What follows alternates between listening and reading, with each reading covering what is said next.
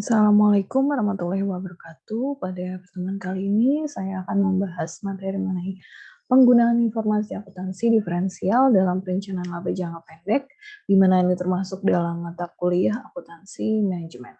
Disusun oleh saya sendiri dan teman saya Pak Yasin.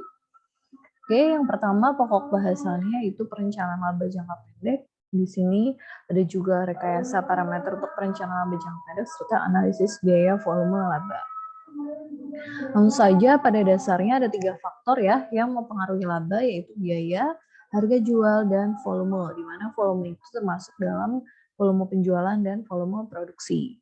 Kita bisa lihat ya di sini saling berkesinambungan, di mana bentuknya circle. Memang benar-benar ini dengan ada biaya kita bisa menjual, lalu volume penjualan juga meningkat, dan volume produksi juga meningkat. Ini terus circle ya. Hubungan antara biaya, volume, dan laba memegang peranan yang sangat penting sehingga dalam pemilihan alternatif tindakan dan perumusan kebijakan untuk masa yang akan datang. Manajemen memerlukan informasi untuk menilai berbagai macam kemungkinan yang berakibat pada berbagai laba yang akan datang. Nah, contoh proses perencanaan laba jangka pendek nih. Contohnya dalam proses penyusunan anggaran, Departemen Anggaran PTX menyajikan laporan laba rugi, projection atau projected income statement untuk tahun anggaran yang akan datang seperti gambar berikut, di mana ini ya ada biaya pendapatan penjualan jumlahnya 500 juta, 100%, biaya variabel 300 juta, laba kontribusi 200 juta, biaya tetap 150 juta, di sini ya persentasenya, laba bersihnya yaitu 50 juta. Nah, laporan laba rugi di atas digunakan manajemen untuk memperoleh parameter. Yang pertama untuk impas, di mana pendapatan minimum yang harus dicapai dalam tahun anggaran yang akan datang agar perusahaan tidak menderita kerugian. Lalu yang kedua ada margin of safety, informasi mengenai berapa jumlah maksimum penurunan target pendapatan penjualan boleh terjadi agar penurunan tersebut tidak mengakibatkan perusahaan menderita. Lalu yang ketiga, untuk titik penutupan usaha atau shoot down point, di mana informasi pada pendapatan penjualan berapa, lalu usaha perusahaan secara ekonomis tidak pantas dilanjutkan atau enggak gitu ya. Lalu ada yang keempat yaitu degree of operating leverage, di mana ukuran yang menunjukkan persentase perubahan laba bersih sebagai dampak terjadinya sekian persen perubahan pendapatan penjualan. Lalu yang kelima yaitu untuk memperoleh laba kontribusi per unit. Kelebihan pendapatan penjualan di atas, biaya variabel, informasi laba kontribusi memberikan gambaran jumlah yang tersedia untuk menutup biaya tetap dan untuk menghasilkan laba. Oke, ada proses perencanaan laba jangka pendek dan informasi akuntansi diferensial yang diperlukan untuk analisis biaya, volume, dan laba. Udah ini ya, ada usulan kegiatan, di mana ada perubahannya, ada biaya, ada perubahan harga jual, volume penjualan, lalu di sini menjadi pendapatan diferensial, dan ini menjadi biaya diferensial, sehingga menghasilkan laba diferensial. Nah, untuk perilaku biaya, satu ada biaya tetap, biaya yang kapasitasnya tetap ya, dikeluarkan tanpa memperhatikan volume kegiatan. Lalu ada biaya variabel, biaya yang berubah ya di sini proporsinya dengan volume kegiatan, jadi tergantung dengan kegiatannya. Lalu yang ketiga ada biaya semi variabel, biaya yang totalnya selalu berubah tetapi tidak proporsional dengan perubahan volume kegiatan perusahaan. Sini ada contohnya laba kontribusi setiap produk. Teman-teman bisa lihat ada volume penjualan A, B, dan C, totalnya di sini ya 1000, ada pendapatan penjualan totalnya segini. Biaya variabel di sini lalu dikurangin yaitu 1.100.000, ada biaya tetap 800, dikurangin berarti 300.000. Lalu ada laba kontribusi per unit ya, berarti segini ya, 800, 1000, 2000, dan 1100. Oke. Lalu impas atau break even, impas adalah keadaan suatu usaha tidak memperoleh laba dan tidak menderita rugi, di mana TR sama dengan TC atau keuntungannya 0. Analisis impas adalah suatu cara untuk mengetahui volume penjualan minimum agar usaha tidak rugi, tapi juga belum tentu untung. Seperti itu. Di mana di sini ada titik persamaannya ya. Ada Y sama dengan CX, min BX, min A, Y laba, C-nya harganya jual, X-nya jumlah produknya, B-nya biaya, dan A-nya biaya tetap. Kalau ada teknik grafisnya ini, menggunakan kurva, garis singgung pendapatan, dan biaya. Bersama dalam bentuk laporan rugi nih ya, teman-teman bisa lihat yang tadi sudah dijelaskan ya, seperti ini persamaannya. Ini kita masukkan. Setelah itu impas terjadi ketika Y sama dengan 0. Berarti impas Y sama 0, berarti 0 dimasukin ini rumus matematika. Ketemulah X sama dengan A min C, A dibagi C min B. Pendapatan penjualan sama dengan biaya, laba kontribusi biaya tetap, dan impas satuan produk, di mana dia biayanya tetap dibagi selisih antara harga jual per satuan dengan biaya variabel. Jadi rumusnya teman-teman, impas itu merupakan biaya tetap dibagi dengan harga jual per satuan dikurangi dengan biaya variabel per satuan. Sedangkan kalau impas dalam rupiah penjualan berarti biaya tetap dibagi dengan 1 min biaya variabel per satuan dibagi dengan harga jual per satuan. Ini contohnya ada harga jualnya sekian, biaya variabel sekian, biaya tetap totalnya sekian, dan maka impasnya tadi ya rumusnya biaya tetap dibagi harga jual persatuan dikurangi dengan biaya variabel persatuan. Impasnya 148.500 dikurangi 30.000 dibagi 30.000 dikurangi 16.500 ini. Hasil 11 unit berarti impas per rupiahnya teman-teman masukin juga rumusnya ketemu 330. Agar perusahaan memperoleh impas maka harus menjual produknya sebanyak 11 unit atau senilai 330.000. Nah, asumsi-asumsi analisis impas di sini ya, ada harga jual per unit tidak berubah-ubah pada biaya volume penjual, lalu ada perusahaan berproduksi pada jarak kapasitas yang relatif konstan, ada biaya dapat dipisahkan dalam biaya tetap dan biaya variabel, lalu ada jumlah perubahan persediaan awal dan persediaan akhir tidak berarti, lalu ada biaya jika perusahaan menjual lebih dari satu macam produk, komposisi produk yang dijual dianggap tidak berubah. Perhitungan impas dengan pendekatan grafis yang tadi ya, kan tadi udah persamaan, lalu kita membahas dengan yang grafis, berarti titik impas merupakan pertemuan antara grafik penghasilan total dengan grafik biaya total dalam satu bidang sumbu tegak penjualan atau biaya dalam rupiah dan sumbu datar volume penjualan atau produksi dalam unit. Sebelum membuat grafik, terlebih dahulu dibuat perhitungannya, penghasilan totalnya berapa pada tingkat volume yang berapa, seperti itu. Biar kita mengetahui gambar grafiknya seperti apa. Contohnya ya, harga jualnya 2.000, biaya variabel 500, biaya tetap total pada jarak kapasitas 0 sampai 180.000, teman-teman ini bisa lihat, berarti kolom 2, kolom 1 dikali harga per unit, berarti ini dikali dengan ini, lalu kolom 4, berarti ini ya, kolom 4, berarti sama dengan kolom 1 dikali biaya unit. Biaya unit tuh berarti ini ya, yang dikali biaya unit, dan kolom 5 berarti sama dengan kolom 3 plus kolom 4, dan kolom 6 berarti kolom 2 min kolom 5, seperti itu. Sini ya, kolom 2 min kolom 5, berarti ini dikurang ini, makanya minus 180. Seperti itu, ini 400 dikurangi 250 hasilnya 120. Teman-teman nanti bisa melihat tabel ini dengan keterangan yang ada di sini. Maka digambarlah seperti ini ya teman-teman.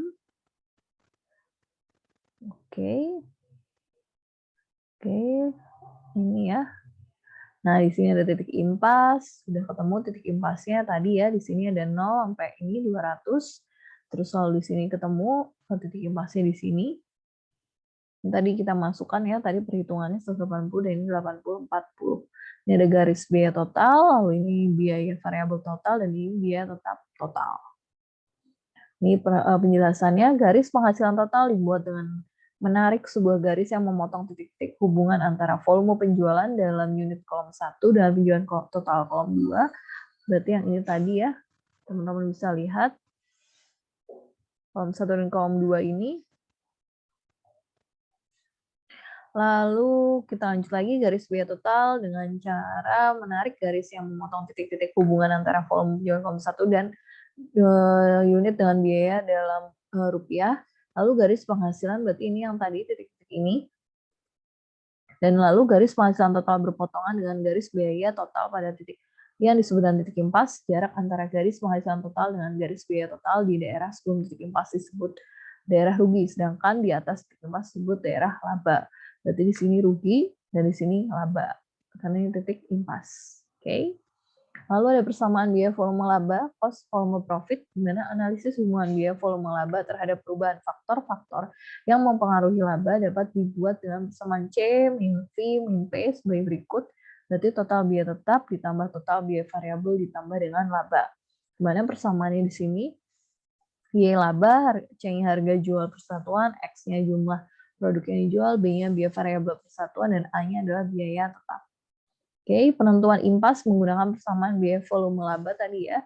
Biaya volume laba berarti jika diketahui total penghasilan 2.000, total biaya tetap yang 40.000 dan biaya variabel per unitnya 1.500. Dimasukin aja ya teman-teman di sini. Rumusnya ini total penghasilan dan total biaya tetap tambah total laba. Ini ya, masukin X-nya adalah 80. Nah, apabila persamakan laba 30.000, ini tadi X ketemu ya, diketahui labanya udah ketemu, ada 30.000, maksudnya di sini apabila dikenakan 30.000 ya di sini dimasukkan aja 0 yang tadi ini jadi 30.000 hasilnya, maka X-nya ketemulah di 140 unit. Gitu, diketemu ini ya jumlah produk yang dijual. Oke, lalu ada analisis CVP terhadap perubahan harga jual per unit. Berarti perubahan harga jual akan mempengaruhi volume penjualan dan laba perusahaan. Di sini juga sama, teman-teman bisa masukin aja rumusnya.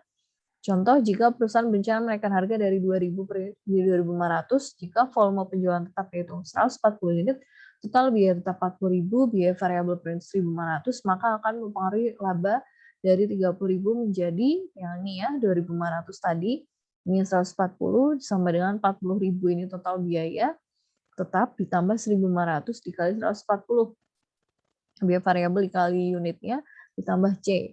Maka ketemulah C-nya itu 100.000 seperti itu. Dengan biaya dan volume penjualan tetap, adanya kenaikan harga jual 25% akan berakibatkan terhadap kenaikan laba sebesar 70.000 atau 2,33 kali dari 30.000 menjadi 100.000. Karena kan yang tadi ya di sini ya labanya 30 dan dia setelah dimasukkan rumus dari yang penjualan 2.000 itu dia 30.000 tapi 2.500 dia 100.000, berarti kenaikannya 70.000. 100.000 dikurangi dengan 30.000 ini. Gitu ya, hasilnya 70.000. Nah, kalau ini dengan perubahan volume penjualan akan mempengaruhi laba perusahaan dan total biaya.